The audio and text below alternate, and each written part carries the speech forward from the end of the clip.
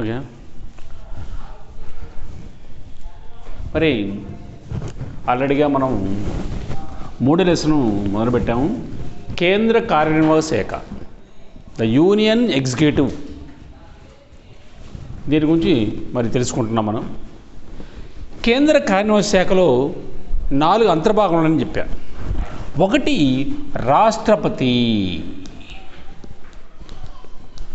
2 ఉపరాష్ట్రపతి,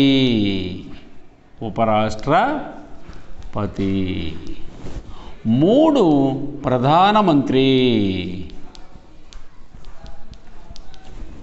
4 మంత్రిమండలి.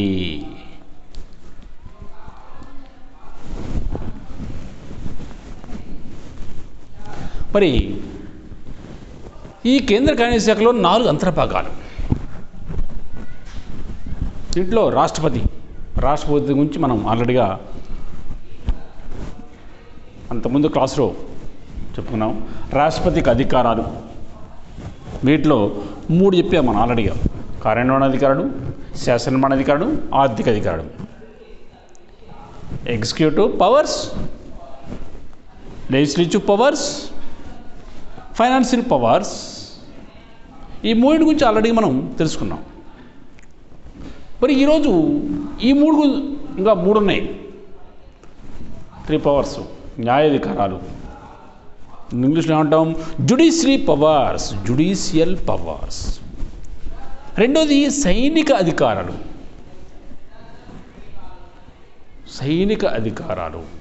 Military powers. 3 దౌత్య అధికారులు, డిప్లొమాటిక్ పవర్స్. ఈ 3 మన న్యాయ అధికారుల గురించి తీసుకుందాం ఈరోజు మనం. రాష్ట్రపతి న్యాయ అధికారాలు కలిగి ఉంటాడు. ఫస్ట్ పాయింట్, రాష్ట్రపతి సుప్రీంకోర్టు ప్రధాన న్యాయమూర్తిని మరియు ఇతర న్యాయమూర్తులను, హైకోర్టు ప్రధాన న్యాయమూర్తి మరియు ఇతర న్యాయమూర్తులను నియమించే అధికారము రాష్ట్రపతికి ఉంటుంది.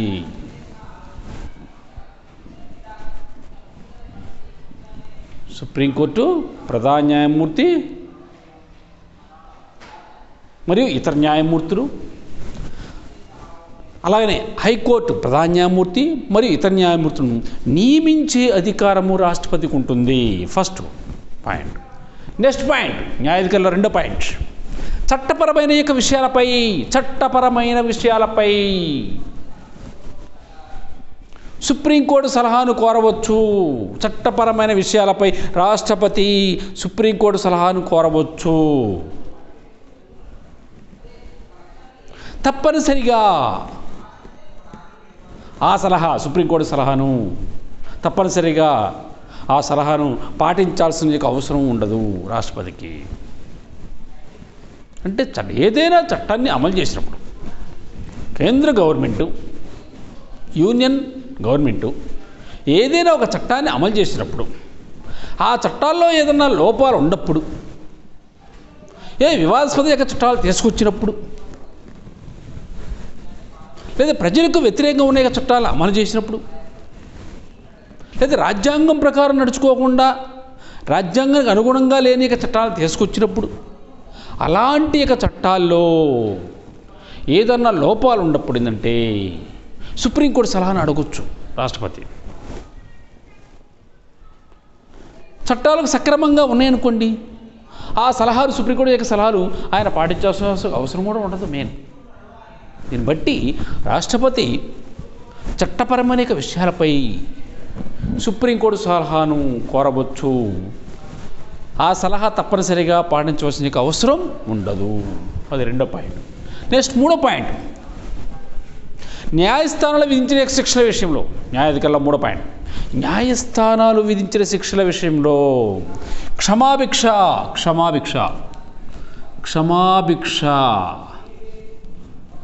నిలుపుదల, వాయిదా, శిక్షను తగ్గించటం, శిక్షను మార్చటం, వంటివి చేస్తాడు. ఎవరు చేసేది? మన రాష్ట్రపతి. న్యాయాధికారులు 3వ పాయింట్, న్యాయస్థానాలు విధించిన శిక్షల విషయంలో క్షమాభిక్ష, నిలుపుదల, వాయిదా, శిక్షను తగ్గించడం, శిక్షను మార్చడం వంటివి చేస్తాడు. ఏదైనా ఒక కేసు విషయంలో మరి ఈ మధ్యకాలంలో 2012లో నిర్భయ కేసు విషయంలో 2012లో నిర్భయ అనే యువతిని ఢిల్లీలో ఆ యువతిని మరి అత్యాచారం చేసి చంపివేశారు. ఆ కేసు యొక్క విషయంలో మరి సుప్రీంకోర్టు ఉరిశిక్ష వేసింది నిందితులకి. ఆ ఉరిశిక్ష వేసినప్పుడు వాళ్ళు రాష్ట్రపతి క్షమాభిక్ష కోసం వెళ్ళారు. అప్పుడు రాష్ట్రపతి ఏం చేయాలి? అప్పుడు అతని యొక్క వాడు చెప్పే యొక్క మాటలు బట్టి, చెప్పే యొక్క విధానాలను బట్టి మేము ఇంక సమాజం ఇక్కడి నుంచి మార్చుకుంటాము, మేము చేసింది తప్పేను, ఇక్కడి నుంచి అయినా సరే సమాజం పట్ల గౌరవంగా ఉంటాము, ఒక మానవతా దృక్పథంతో కలిగి ఉంటాము, దయచేసి ఈ ఒక్కసారికి మాకు అవకాశం ఇవ్వండి మరి రాష్ట్రపతికి క్షమాభిక్ష కోరతారు. అప్పుడు రాష్ట్రపతి ఆ క్షమాభిక్షను మరి తిరస్కరించడం జరిగింది. ఎందుకంటే అత్యంత దారుణంగా అతి హేయమైన అత్యాచారం చేసి చంపటం జరిగింది. చెప్పుకోలేని ఇక విధంగా వాళ్ళు ఆ విధంగా చేసిన కనుక వీళ్ళు సమాజంలో పనికిరారనే ఉద్దేశంతో రాష్ట్రపతి వాళ్ళని తిరస్కరించడం అనేది జరిగింది అన్నమాట. మేడం అంటే క్షమాభిక్షను తిరస్కరించాడు మేడం. అలాంటి కేసులు సహజంగా జరుగుతూ ఉంటాయి. దీన్ని బట్టి రాష్ట్రపతికి అధికారాలు ఉంటాయి. ఏదైనా న్యాయస్థానం యొక్క శిక్షల యొక్క విషయంలో రాష్ట్రపతి ఆ రాష్ట్రపతి గని ఆ దోషులు పట్ల వాడు చెప్పే యొక్క మాటల బట్టి మరి రాష్ట్రపతి మరి వాళ్ళకి క్షమాభిక్ష పెట్టవచ్చు లేదా తిరస్కరించవచ్చు. అంటే ఈ అధికారాలు ఉంటాయి. రాష్ట్రపతికి క్షమాభిక్ష, లేదా ఆ కేసును నిలుపుదల చేయొచ్చు, లేదా ఆ కేసును వాయిదా వేసవచ్చు, లేదా ఆ యొక్క శిక్షను ఆ కేసు యొక్క విషయంలో శిక్షను తగ్గించవచ్చు, లేక శిక్షను మార్చవచ్చు. ఇలాంటి అధికారాలు రాష్ట్రపతికి ఉంటాయి. ఏ కేసైనా సరే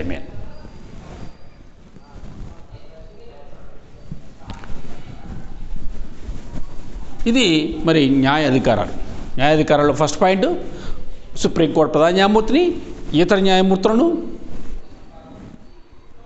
రాష్ట్రపతి నియమిస్తాడు. అలాగే హైకోర్టు ప్రధాన న్యాయమూర్తి, ఇతర న్యాయమూర్తులను కూడా రాష్ట్రపతి నియమిస్తాడు. రెండో పాయింట్, చట్టపరమైన విషయాలపై రాష్ట్రపతి సుప్రీంకోర్టు సలహాను కోరవచ్చు. తప్పనిసరిగా ఆ సలహాను పాటించవలసిన అవసరమే ఆయనకు ఉండదు. అదేవిధంగా మూడో పాయింట్, న్యాయస్థానం విధించిన శిక్షల యొక్క విషయంలో క్షమాభిక్ష, నిలుపుదల, వాయిదా, శిక్షను తగ్గించడం, శిక్షను మార్చడం వంటి ఎలాంటి యొక్క అంశాలను చేస్తాడు రాష్ట్రపతి. నెక్స్ట్ పాయింట్, సైనిక అధికారాలు, మిలిటరీ పవర్స్. రాష్ట్రపతికి మిలిటరీ పవర్స్ ఉంటాయి. రాష్ట్రపతి అతను సర్వసైన్య అధ్యక్షుడు. సైనిక అధికారులందరికంటే సర్వోన్నత యొక్క అధ్యక్షుడు ఆయన. ప్రధాన సైనిక అధికారులను, ఇతర సైనిక అధికారులను నియమించే అధికారము రాష్ట్రపతికి ఉంటుంది. మన భారతదేశంలో 3 రకాల యొక్క సైనిక వ్యవస్థలు ఉన్నాయి. ఒకటి ఆర్మీ, నేవీ, ఎయిర్ ఫోర్స్. ఈ 3 రకాల యొక్క సైనిక వ్యవస్థలో ప్రధాన అధికారులు కూడా నియమించే అధికారము రాష్ట్రపతికి ఉంటుంది. 3 రకాలు. సరిహద్దుల్లో యుద్ధం చేసే వాళ్ళని ఏమంటాము? భూమి మీద యుద్ధం చేసేవాళ్ళు వాళ్ళని ఏమంటాము? నా ఆర్మీ అంటాము. సముద్రాలు, ఓడలు, స్టీమర్లు, మరి సముద్రం ద్వారా కూడా యుద్ధాలు చేస్తూ ఉంటారు ఒక దేశం మరో దేశం. వాళ్ళ నావీ అధికారం అంటారు, నేవీ అధికారం. అలాగే ఎయిర్ ఫోర్స్, ఆకాశం, ర్యాకెట్ల ద్వారా, విమానాల ద్వారా, క్షిపణుల ద్వారా మరి ఒక దేశంపై మరో దేశం యుద్ధాలు చేసుకుంటూ ఉంటాయి. పెద్ద పెద్ద అణుక్షిపలు విసిరేసుకోవటము, అణుబాంబులు వేసుకోవటం, ఆ విధంగా చేసుకుంటూ ఉంటారన్నమాట ఎయిర్ ఫోర్స్. ఈ 3 యొక్క వ్యవస్థలో సైనిక అధికారులను, ప్రధాన సైనిక అధికారులు నియమించే అధికారము రాష్ట్రపతికి ఉంటుంది. మేము ఓకేనా? అదేవిధంగా ఇతర దేశాలతోటి యుద్ధం ప్రకటించడం, లేదా విదేశాలతో మరి శాంతి ఒప్పందం కుదుర్చుకోవటం వంటివి కూడా చేస్తాడు. అంటే ఇతర దేశాలతో యుద్ధాన్ని ప్రకటించే అధికారం రాష్ట్రపతికి ఉంటుంది.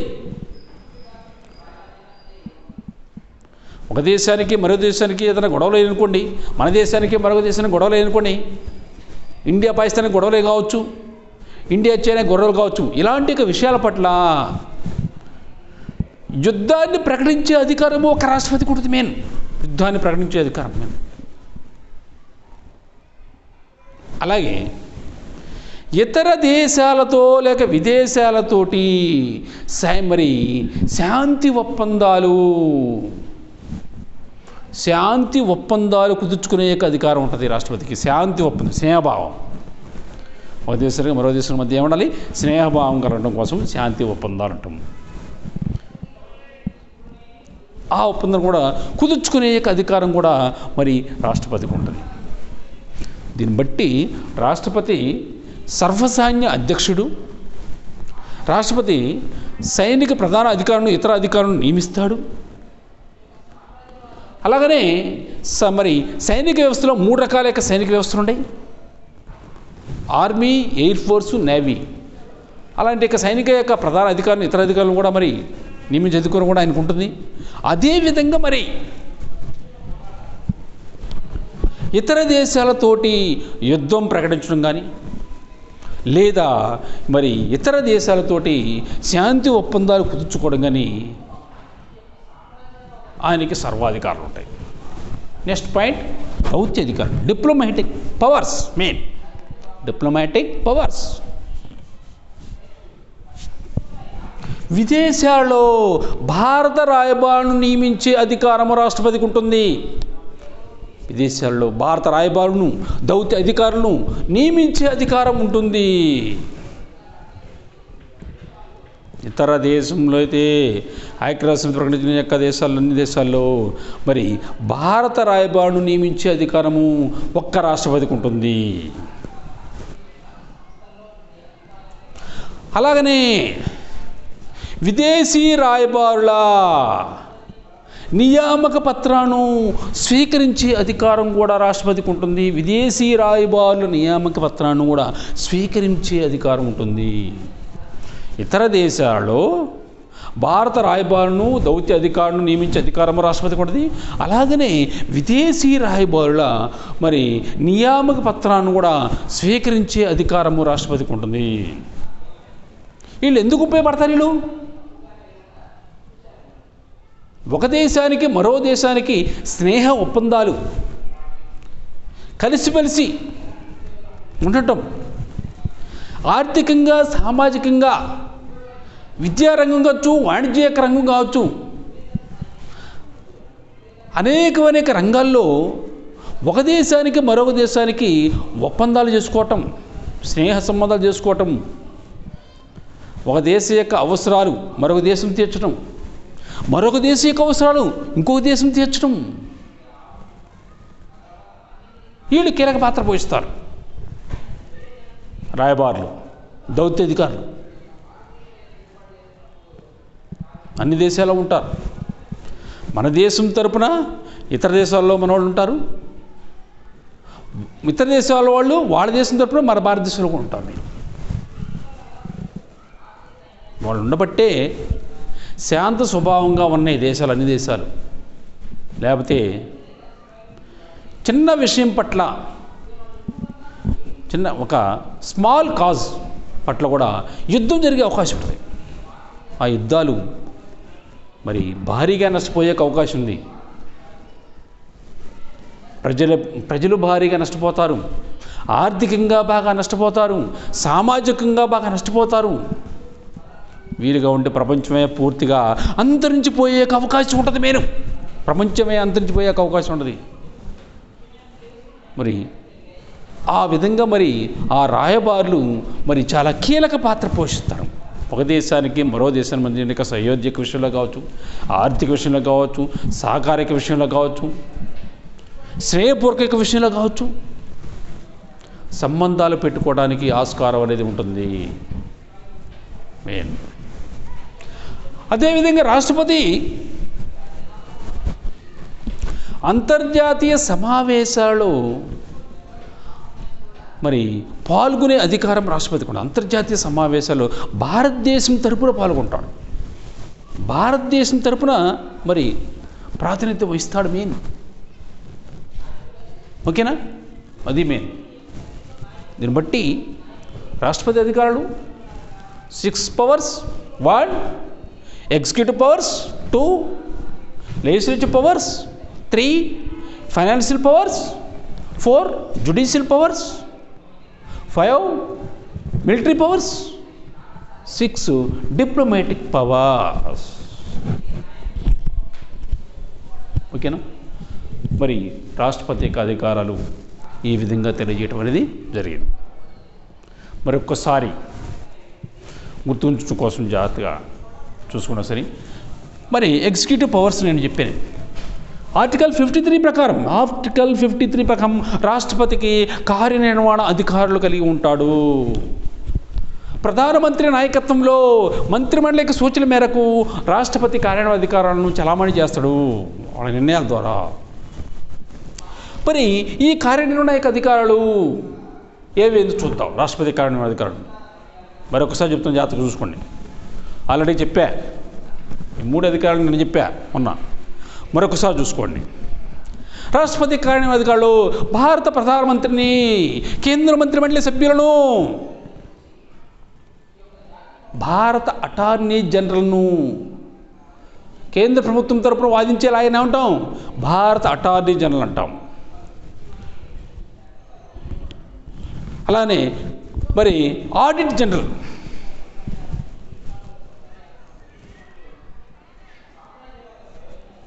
మరి సుప్రీంకోర్టు ప్రధాన న్యాయమూర్తి, హైకోర్టు ప్రధాన న్యాయమూర్తి, మరి ఇతర న్యాయమూర్తులను, సుప్రీంకోర్టు, హైకోర్టు ప్రధాన న్యాయమూర్తి, ఇతర న్యాయమూర్తులను,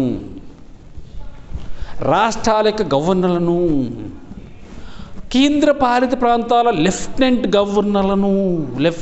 గవర్నర్లను, భారత ఎన్నికల సంఘం కమిషన్, ఇతర ఎన్నికల సంఘం యొక్క కమిషనర్లను, యూనియన్ పబ్లిక్ సర్వీస్ కమిషన్, ఆర్థిక సంఘం, షెడ్యూల్ కులాలు, షెడ్యూల్ తెగల వంటి చైర్మన్లను, సభ్యులను నియమించే అధికారులందరినీ మొదలగు వారిని మొత్తాన్ని నియమించే అధికారము ఒక్క రాష్ట్రపతికే ఉంటుంది. వీళ్ళని తొలగించే అధికారం కూడా రాష్ట్రపతికి ఉంటుంది. వీళ్ళందరినీ తొలగించే అధికారం కూడా రాష్ట్రపతికి ఉంటుంది.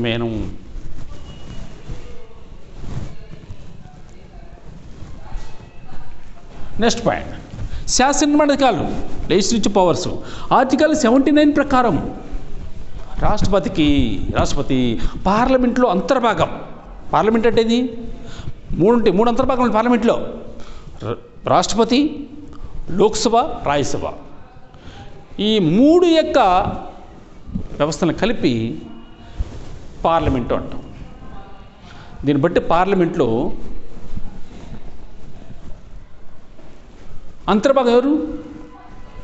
79 ప్రకారం అంతర్భాగం ఈ 3 ఉంటాయి.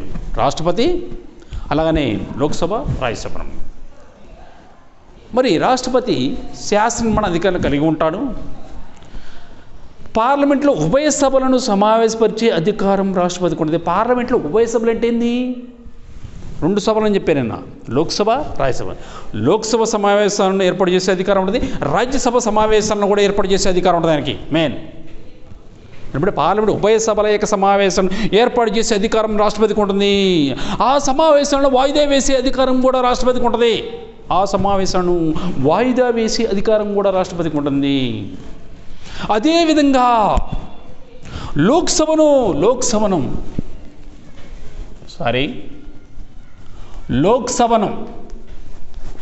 రద్దు చేసే అధికారం రాష్ట్రపతికి ఉంటుంది.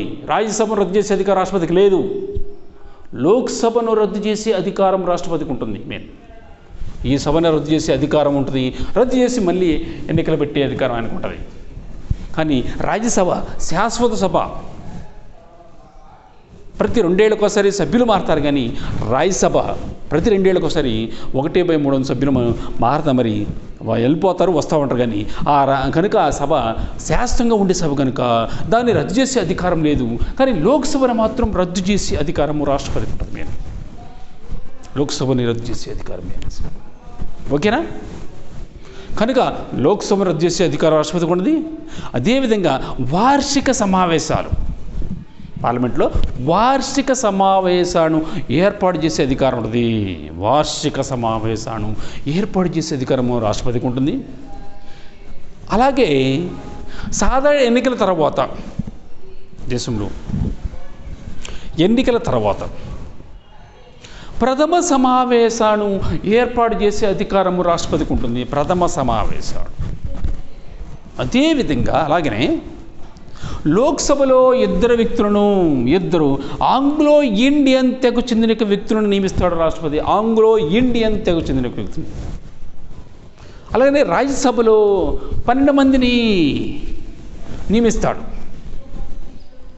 అంటే భారతదేశానికి మంచి పేరు ప్రఖ్యాతులు, భారతదేశ ప్రతిష్టను నిలబడిన మహానుభావులను నియమిస్తాడు రాష్ట్రపతి. సామాజిక సేవా రంగం కావచ్చు, సాంఘిక సేవా రంగం కావచ్చు, రాజకీయ రంగంలో కావచ్చు, కళారంగంలో కావచ్చు, క్రీడా రంగంలో కావచ్చు, సైన్స్ అండ్ టెక్నాలజీ రంగంలో కావచ్చు, విజ్ఞాన శాస్త్రపూర్వకంగా ఉన్న అనేక రంగాల్లో కావచ్చు. అలాంటి రంగాల్లో మంచి మేధావుల్ని, దేశానికి మంచి పేరు ప్రఖ్యాతి తీసుకుంటున్న మహానుభావుల్ని మరి రాష్ట్రపతి వాళ్ళ సలహాలు అవసరం కనుక, దేశానికి వాళ్ళ సలహాలు అవసరమైన దేశ ప్రతిష్టని ఇనుమడింపు చేస్తారు. మరి వాళ్ళ సలహాలు అవసరం కనుక రాష్ట్రపతి 12 మందిని మరి రాజ్యసభలో మరి నామినేట్ చేసే అధికారం ఉందని. అలాగే మరి ఏదైనా ఒక బిల్లు విషయంలో, పార్లమెంట్ ఉభయ సభల్లో ఒక బిల్లు విషయంలో తీవ్ర ప్రతిష్టంభన ఏర్పడితే, లోక్సభలో బిల్లు పాస్ అయింది, రాజ్యసభలో బిల్లు పాస్ కాల, ఇలాంటి తీవ్ర ప్రతిష్టంభన ఏర్పడింది అనుకోండి ఏదైనా ఒక బిల్లు విషయంలో, అప్పుడు రాష్ట్రపతి ఏం చేస్తారంటే పార్లమెంట్లోని ఉభయ సభల యొక్క సంయుక్త సమావేశాన్ని ఏర్పాటు చేస్తారన్నమాట. పార్లమెంట్లో ఉభయ సభల సంయుక్త సమావేశం అనేది ఒకే, అంటే లోక్సభ వాళ్ళు రాజ్యసభలు మొత్తం ఒకే చోట కూర్చోబెట్టి అప్పుడు ఆ బిల్లు భవితవ్యాన్ని నిర్ణయిస్తాడు రాష్ట్రపతి. భవితవ్యాన్ని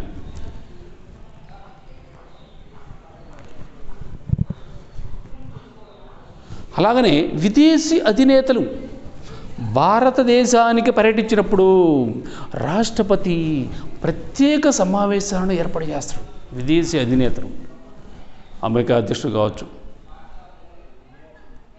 ఆస్ట్రేలియా యొక్క ప్రధాని కావచ్చు, బ్రిటన్ యొక్క ప్రధాని కావచ్చు, ఎవరో ఒకరు ఇతర దేశస్తులు భారతదేశానికి పర్యటించినప్పుడు పార్లమెంటు ప్రత్యేక సమావేశాలను ఏర్పాటు చేసే అధికారము రాష్ట్రపతికి ఉంటుంది మేము. ఓకేనా? అది మరి శాసన నిర్మాణ అధికారం అంటే ఈ మెయిన్. నెక్స్ట్ ఆర్థిక అధికారాలు. భారత ప్రభుత్వ వార్షిక ఆదాయ పట్టికను పార్లమెంట్లో సమర్పించే విధంగా రాష్ట్రపతి చర్య తీసుకుంటాడు. భారత ప్రభుత్వ వార్షిక ఆదాయ పట్టిక పార్లమెంట్ సమర్పించే విధంగా రాష్ట్రపతి చర్య అనేది తీసుకుంటాడు. మేము మరి అదేవిధంగా మరి ముఖ్యంగా ఆర్థిక బిల్లులు వచ్చిందా ఒక నిమిషం. ఆర్థిక బిల్లులు మరి పార్లమెంట్లో ఆర్థిక బిల్లులు సభ్యులు పార్లమెంట్లో ప్రవేశపెట్టడానికి అనుమతి ఇస్తాడు. అలాగనే మరి సంఘటిత నిధి ఆగంతుక నిధులను రాష్ట్రపతి నిర్వహిస్తాడు. అలాగే ఆదాయ పన్నుల్లో రాష్ట్రాల వాటాను నిర్ణయిస్తాడు. అలాగనే ప్రతి 5 సంవత్సరాలకు ఒకసారి ఆర్థిక సంఘం యొక్క చైర్మన్ సభ్యులను కూడా మరి నియమించే అధికారం కూడా రాష్ట్రపతికి ఉంటుంది. దీన్ని బట్టి మరి ఈరోజు మరి ఈ యొక్క రాష్ట్రపతికి అధికారాలు ఈ 6 అధికారాలు ఉండే మనకి. ఒకటి కానూను అధికారులు, శాసనమండలి అధికారులు, ఆర్థిక అధికారులు, న్యాయాధికారులు, సైనిక అధికారులు, దౌత్య అధికారులు. ఈ యొక్క 6 రకాలు ఏమంటే రాష్ట్రపతి అధికారులు లేక సాధారణ అధికారులు చెప్పుకోవడానికి అవకాశం ఉన్నది. ఒకసారి మరి బుక్ తీసి ఈ 6 అధికారులు చదువుకుంటే మనకి 10 మార్కులు మన చేతిలో ఉంటాయన్నమాట. ఓకేనా? మరి నెక్స్ట్ రేపు క్లాసులో కలుద్దాం.